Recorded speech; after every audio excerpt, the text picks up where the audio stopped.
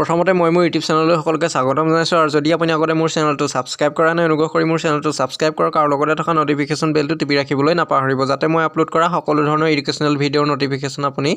লাভ কৰে আৰু যিসকলে মোৰ চেনেলটো ছাবস্ক্ৰাইব কৰি ৰাখিছে তেওঁলোকলৈ অশেষ ধন্যবাদ। আৰু আজি আমি এই ভিডিঅ'টোত HSLC প্ৰিভিয়াছ ইয়েৰ কুৱেশ্যন পেপাৰত অহা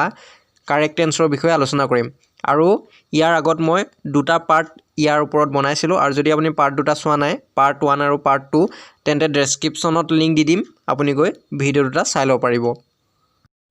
আৰু আমি ইয়াৰ আগৰ ভিডিঅ'টো 20 লৈকে কৰিছিলোঁ গতিকে এইটো question number 21 look there go the bus আৰু যদি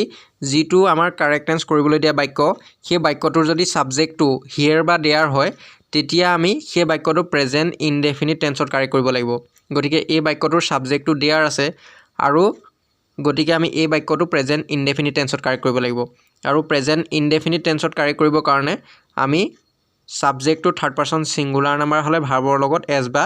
ইএছ যোগ কৰিব লাগিব। গতিকে ইয়াত দেয়াৰটো হ'ল থাৰ্ড পাৰ্চন ছিংগুলাৰ নাম্বাৰ গতিকে আমি ভাৰ্বৰ লগত ইএছ যোগ কৰিব লাগিব। গো আছে গ'ৰ লগত ইএছ হ'ব গতিকে look there goes the bus. অৰ্থাৎ যদি বাক্যটোৰ ভাৰ্বৰ আগত হিয়েৰ বা দেয়াৰ থাকে তেতিয়া আমি সেই ভাৰ্বটোৰ লগত এছ বা ইএছ যোগ কৰিব লাগিব। ইয়াত গ'টো হ'ল ভাৰ্ব আৰু গো ভাৰ্বটোৰ আগত দেয়াৰ আছে গতিকে আমি গ'টোৰ লগত ইএছ যোগ কৰিছোঁ goes there goes look there goes the bus. ইয়াৰ পিছত আছে he cannot play in the matches as he injure his foot. এইটো হ'ব he cannot play in the matches as he was injured his foot. ইয়াৰ পিছত আছে I wish I can help you আৰু যদি বাক্যটোত wish থাকে তেতিয়া আমি তাৰ পিছৰ যিটো বাক্য সেই বাক্যটো আমি পাষ্ট ইনডেফিনিট টেন্সত কাৰেক্ট কৰিব লাগিব। গতিকে আমি এই বাক্যটো পাষ্ট ইনডেফিনিট টেন্সত কাৰেক্ট কৰিব লাগিব আৰু পাষ্ট ইনডেফিনিট টেন্সত কাৰেক্ট কৰিবৰ কাৰণে তাত দিয়া থকা যিটো ভাৰ্ব সেই ভাৰ্বটো আমি পাষ্ট ফৰ্মলৈ লৈ যাব লাগিব। আমি জানো যে ভাৰ্বৰ তিনিটা ফৰ্ম থাকে প্ৰেজেণ্ট পাষ্ট আৰু পাষ্ট পাৰ্টিচিপল গতিকে উইচ থাকিলে আমি তাত দিয়া থকা যিটো ভাৰ্ব সেই ভাৰ্বটো আমি পাষ্টলৈ লৈ যাব লাগিব। গতিকে এই বাক্যটোত উইচ আছে গতিকে আমি পিছৰ বাক্যটোৰ যিটো ভাৰ্ব কেনটো সেই কেনটো আমি পাষ্টলৈ লৈ যাব লাগিব। গতিকে পাষ্ট ফৰ্মলৈ নিলে হ'ব কুড কেনৰ যিটো পাষ্ট ফৰ্ম সেইটো হ'ব কুড গতিকে I wish I could help you. ইয়াৰ পিছত আছে if I be you I should not accept the post আৰু যদি বাক্যটোত ইফ থাকে আৰু তাৰে এটা বাক্যত যদি শুড উড বা কুড থাকে তেতিয়া আমি ইটো বাক্যৰ বিৰ সলনি ৱেৰ ব্যৱহাৰ কৰিব লাগিব। যিকোনো ছাবজেক্টৰ লগতে বিৰ সলনি ৱেৰ ব্যৱহাৰ কৰিব লাগিব। গতিকে এই বাক্যটোত ইফ আছে আৰু তাৰে এটা বাক্যত শুড আছে I should not accept the post এই বাক্যটোত শুড আছে বা উড থাকিলেও হ'ব বা কুড থাকিলেও হ'ব গতিকে আমি ইটো বাক্যৰ বিৰ সলনি ৱেৰ ব্যৱহাৰ কৰিম। গতিকে এইটো হ'ব if I were you I should not accept the post. ইয়াৰ পিছত আছে I hurried back to the room feel very nervous for it is much easier steal something then to return it undetected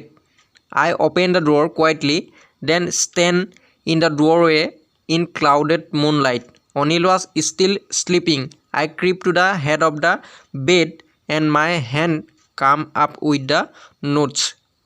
আৰু এইখিনি আমাক এটা কাহিনীৰ ৰূপত দিছে আৰু এই ঘটনাসমূহ অতীতত সংঘটিত হোৱা গতিকে আমি ইয়াৰ যিটো টেন্স কাৰেকশ্যন কৰিবলৈ দিছে আমি সেই টেন্সটো আমি পাষ্ট ইনডেফিনিট টেন্সত কৰিব লাগিব কাৰণ এইটো অতীতত সংঘটিত হোৱা ঘটনা।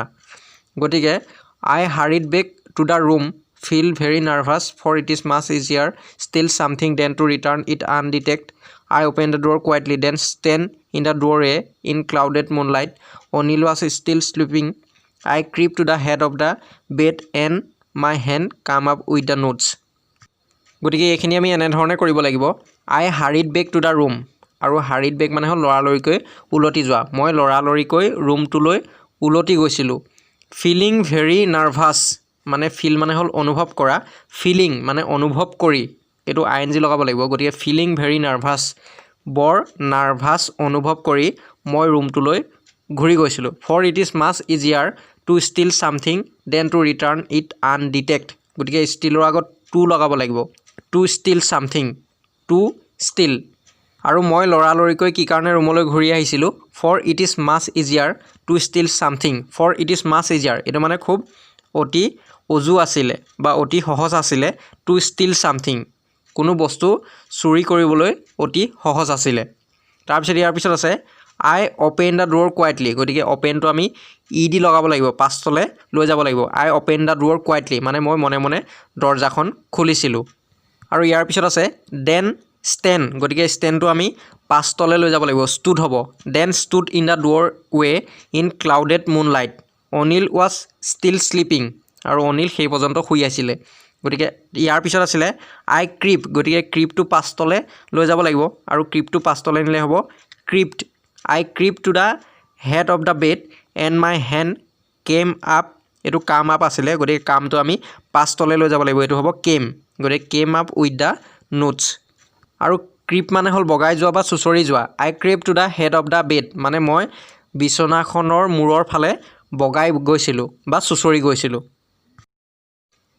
ইয়াৰ পিছত আছে father is not at home মানে দেউতা ঘৰত নাই হি গ' আউট মানে হ'ল ওলাই যোৱা তেখেত ওলাই গ'ল পিছৰ বাক্যটো হ'ব তেখেত ওলাই গ'ল মানে দেউতা ঘৰত নাই তেখেত ওলাই গ'ল গতিকে আমি পিছৰ যিটো বাক্য সেই বাক্যটো প্ৰেজেণ্ট পাৰফেক্ট টেন্সত কাৰেক্ট কৰিব লাগিব কাৰণ কামটো এইমাত্ৰ সংঘটিত হৈছে তেওঁ ওলাই যোৱা কামটো এইমাত্ৰ সংঘটিত হৈছে গতিকে আমি পিছৰ যিটো বাক্য সেই বাক্যটো আমি প্ৰেজেণ্ট পাৰফেক্ট টেন্সত কাৰেক্ট কৰিব লাগিব